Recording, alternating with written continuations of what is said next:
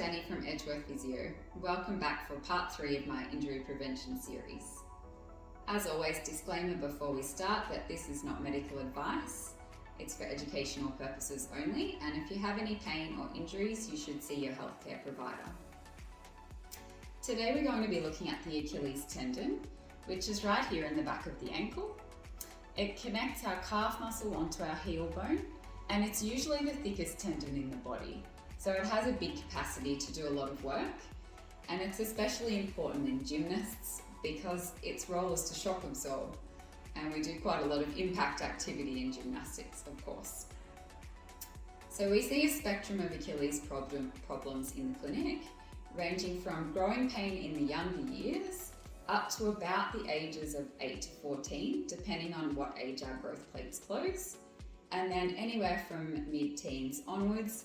We often see tendinopathy, which we used to call tendonitis, and occasionally we even see Achilles ruptures, where the Achilles has torn the whole way through and is no longer attaching the calf onto the heel.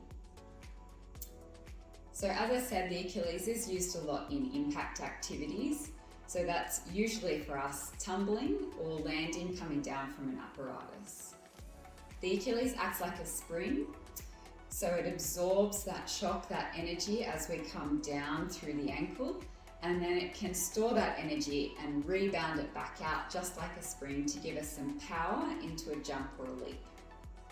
There's lots of research that's been done into Achilles in gymnastics, and the results are quite variable, but they do show that we might be absorbing somewhere between 4 and 17 times our body weight into that Achilles tendon, depending on the level of gymnastics and the activity or the skill that we're doing. So that's quite a lot. So you can probably tell from that where my injury prevention tip for the day is going, and that's going to be in loading or strengthening that Achilles and everything around it. So that includes the calf muscles and the foot as well. So let's get into it. So for this exercise today, you're going to need a chair or something pretty sturdy to hang on to. And we're going to look at an exercise to strengthen up the bottom half of the calf here called the soleus. So the soleus works quite hard when we're landing with a bent knee, which we frequently do in gymnastics.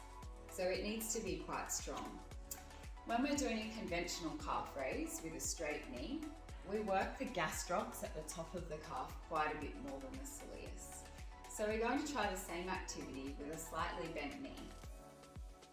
So the aim is to lift the heels and the head at the same time, making sure that the knees stay bent. This means that the soleus muscles will be doing most of the work here, as opposed to if I just drop the knees forwards, then I'm not really lifting my body at all. See if you can do about 10 of these, and if that's quite easy, try them on one leg. Making sure once again that the knee is staying bent at the same amount the whole way through. And for our older students, I recommend also trying this holding a weight in one hand. Because in gymnastics we're often absorbing loads of 4+ times our body weight, it's really important to load these kinds of exercises up, as long as your coach or your healthcare provider says it's okay to do so. So I'd be aiming for about 20 repetitions on each leg.